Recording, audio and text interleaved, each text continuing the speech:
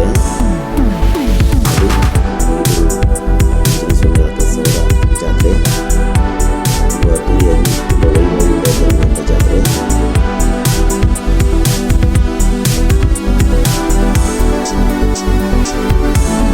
ರಥೋತ್ಸವದ ಶ್ರೀರಾಮನವಮಿಯ ರಾಮನವಮಿ ದಿವಸ ರಥೋತ್ಸವ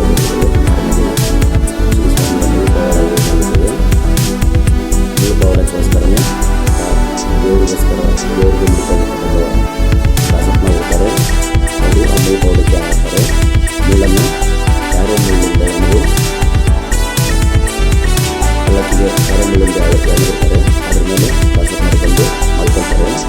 ನೋಡಲು ತುಂಬ ರೋಮಾಂಚನಕಾರಿಯಾಗಿರ್ತದೆ ದೃಶ್ಯ. ಸಾಂಸ್ಕೃತಿಕ ಗ್ರಾಮ ಕೂಡ ಮೈದೂರು ತುಂಬ ಹೆಮ್ಮೆಯ ಗ್ರಾಮ. ವಿಚಾರಗಳು ಕೂಡ ಅಷ್ಟೇ ಹೆಸರುವಾಸಿಯಾದಂಥ ಒಂದು ಸಾಂಸ್ಕೃತಿಕ ಗ್ರಾಮವಾದಂಥ ಮೈದೂರು. ಯಾವುದೇ ಹಬ್ಬ ಹರಿದಿನಗಳಿಗೆ ತುಂಬ ಸುಂದರವಾದಂತಹ ಒಂದು ಮೆರಗನ್ನು ಕೊಡ್ತಕ್ಕಂಥ ಗ್ರಾಮ.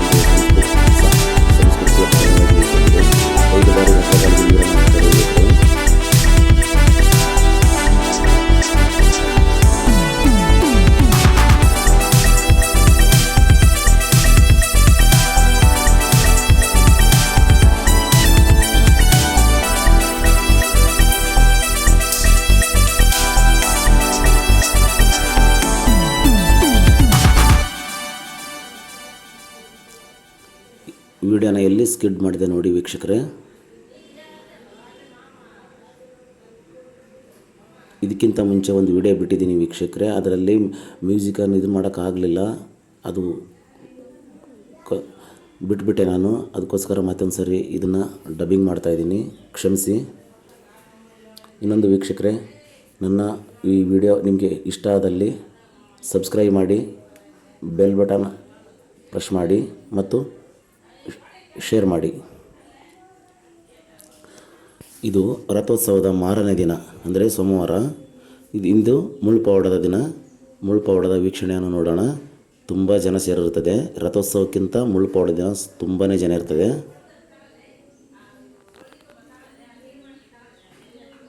ನೋಡ್ತಾ ಇದ್ದೀರಾ ಜನಜಂಗುಳಿನ.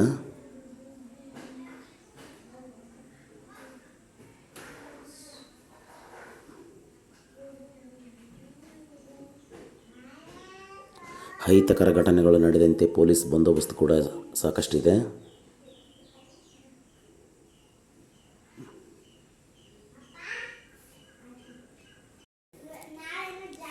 ಮುಳ್ಳುಪವಾಡವನ್ನು ಆಡ್ತಕ್ಕಂಥ ದಾಸಪ್ಪನವರು ಸುಮಾರು 5 ದಿನಗಳಿಂದ ಉಪವಾಸ ಇರ್ತಾರೆ. ಅವರು ಸುಮಾರು 5 ದಿನಗಳಿಂದ ಉಪವಾಸ ಇರ್ತಾರೆ.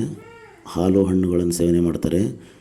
ಅಂದರೆ ಇಂದು ಮುಳ್ಳುಪವಾಡ ಆದ ನಂತರ ಬ್ರಾಹ್ಮಣರ ಮನೆಯಲ್ಲಿ ಭೋಜನ ಮಾಡಿದ ನಂತರವೇ ಉಪವಾಸ ವ್ರತವನ್ನು ಕೈಬಿಡ್ತಾರೆ. ತುಂಬ ಶಕ್ತಿಯುತವಾದ ಶ್ರೀ ಮೈದೂರು ಆಂಜನೇಯ ಸ್ವಾಮಿಯ ಒಂದು ಮುಳ್ಳು ಪವಾಡದ ದೃಶ್ಯ ಇದು.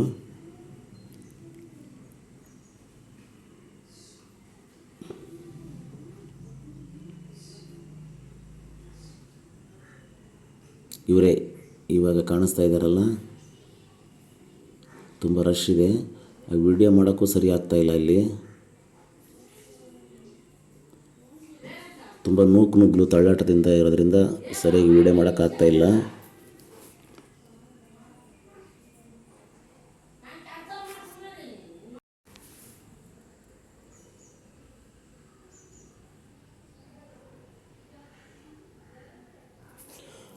ಅಪಾರ ಜನಸ್ತೋಮ, ಅಪಾರ ಭಕ್ತರಿಂದ ಕಾಲಿಡಕ್ಕೂ ಜಾಗ ಇರದಂಥ ತುಂಬ ರಶ್ ಆಗಿದೆ.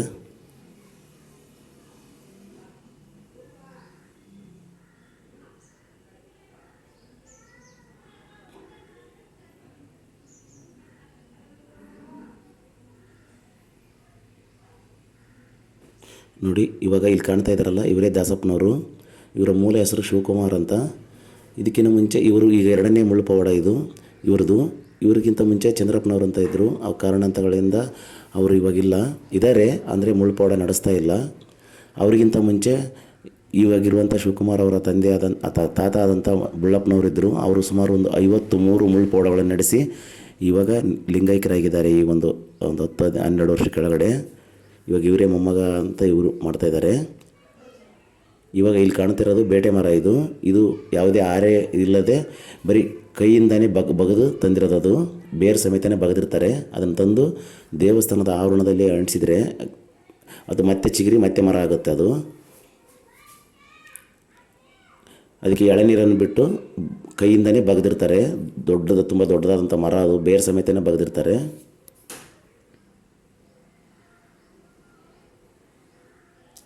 ಮೈದೂರು ಒಂದು ಕಾಲದಲ್ಲಿ ವಿಜಯನಗರ ಸಾಮ್ರಾಜ್ಯದ ಕಾಲದಲ್ಲಿ ಅಗ್ರಹಾರವಾಗಿತ್ತು. ತುಂಬಾ ಹೆಸರುವಾಸಿಯಾದಂಥ ಐತಿಹಾಸಿಕ ಗ್ರಾಮ ಕೂಡ ಹೌದು. ತುಂಬ ದೊಡ್ಡ ಗ್ರಾಮ. ವಿಜಯನಗರ ಸಾಮ್ರಾಜ್ಯದ ಕಾಲದಿಂದಲೂ ಹೊಯ್ಸಳರ ಕಾಲದಿಂದಲೂ ಒಂದು ಪ್ರಸಿದ್ಧಿ ಪಡೆದಂಥ ಗ್ರಾಮ ಇದು. ಇಲ್ಲಿ ನೋಡಿ ಕಾಣ್ತಾ ಇದೆ ಮುಳ್ಳು ಪವಾಡದ ದೃಶ್ಯ. ವೀಕ್ಷಕರೇ, ಇನ್ನೂ ಎರಡು ಹತ್ರ ಇನ್ನೂ ವಿಡಿಯೋ ಮಾಡ್ತಾಯಿದ್ದೀನಿ, ಅಲ್ಲಿ ನೋಡೋಣ. ನೋಡಿ,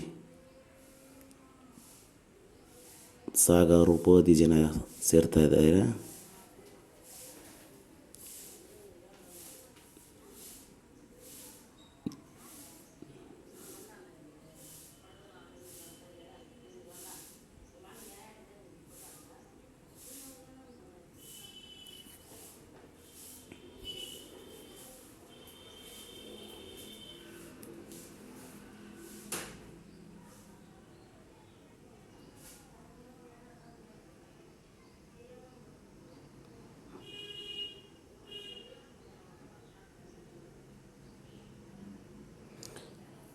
ಇಲ್ಲಿ ನೋಡೋಣ ಮುಳ್ಳು ಪವಾಡದ ದೃಶ್ಯ. ಮುಳ್ಳಿನ ಮೇಲೆ ಮಲಗಿರ್ತಕ್ಕಂಥ ದಾಸಪ್ಪನವರು ಮಲಗಿರುವಂಥ ಒಂದು ದೃಶ್ಯನ ತೋರಿಸ್ತಾ ಇದ್ದೀನಿ. ನೋಡಿದರೆ ಮೈ ಜುಮ್ ಅನ್ನುತ್ತೆ, ರೋಮಾಂಚನಕಾರಿ ಆಗುತ್ತೆ, ಅಷ್ಟೇ ಕುತೂಹಲ ಆಗುತ್ತೆ. ನೋಡಿ, ಮುಳ್ಳಿನ ಮೇಲೆ ಮಲಗಿದ್ದಾರೆ. ನೋಡಿ,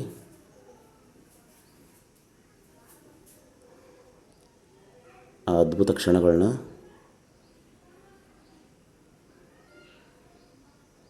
ಹಿಂದ್ಗಡೆ ಆಂಜನೇಯ ಸ್ವಾಮಿಯ ಪಲ್ಲಕ್ಕಿ ಹೋಗ್ತಾ ಇದೆ.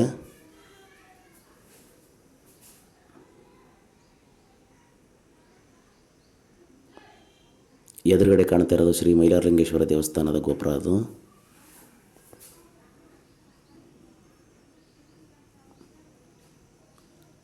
ನೋಡಿ, ಮುಳ್ಳು ಪವಾಡದ ದೃಶ್ಯಗಳನ್ನು ನೋಡಿ. ಪ್ರಿಯ ವೀಕ್ಷಕರೇ, ನೀವೇನಾದರೂ ಶ್ರೀ ಆಂಜನೇಯ ಸ್ವಾಮಿಯ ಭಕ್ತರಾಗಿದ್ದರೆ ನನ್ನ ವಿಡಿಯೋಗೊಂದು ಸಬ್ಸ್ಕ್ರೈಬ್ ಮಾಡಿ. ಜೈ ಶ್ರೀರಾಮ್, ಜೈ ಆಂಜನೇಯ, ಜೈ ಮಾರುತಿ.